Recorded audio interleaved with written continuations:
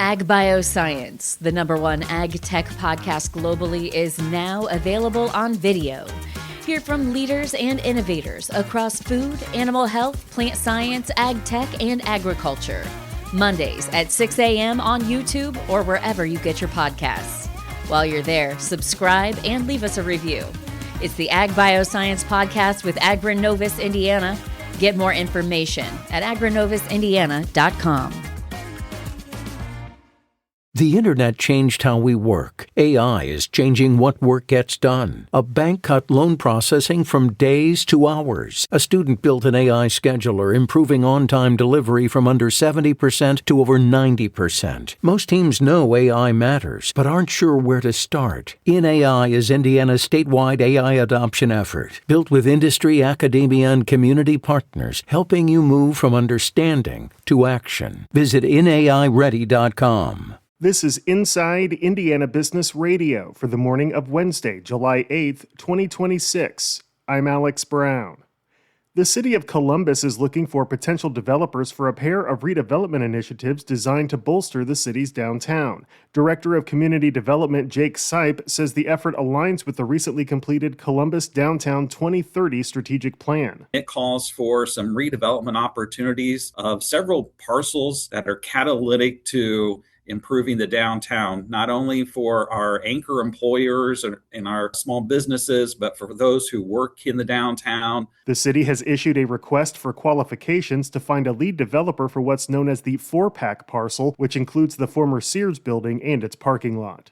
The University of Southern Indiana is launching a new program designed to connect students with employers through scholarships, internships, and career readiness experience. The university said the Path to Professions program is part of an effort to expand workforce development in the region. A state policy advisor on bioenergy and biofuels has been appointed president of Zionsville-based Advocacy Coalitions, a communications and consulting firm that helps spearhead grassroots agricultural initiatives. Carrie Aubrey has worked at the Indiana Office of Energy Development since 2013. From the #1 source for Indiana business news, this is Inside Indiana Business Radio. Thanks for listening to this IBJ Media podcast. You're probably going to remember this ad. Do you know why?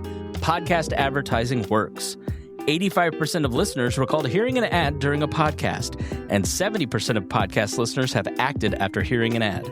So whether you're looking to be heard across the entire IBJ Media Podcast Network, sponsor one of our shows, or just start with a 30-second ad, IBJ Media can help. Contact advertise at ibj.com to learn more.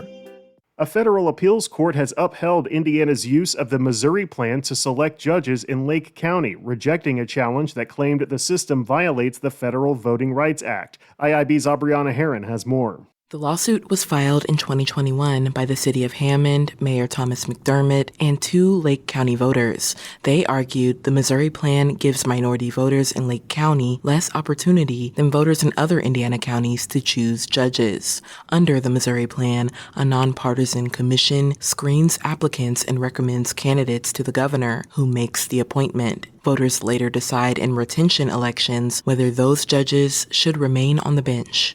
The plaintiffs pointed to Lake County's demographics to support their case. According to court documents, more than 40% of the county's voting age population is made up of racial minorities, compared with less than 20% in most other Indiana counties. But the 7th Circuit Court of Appeals ruled the Voting Rights Act does not require states to elect judges instead of appointing them.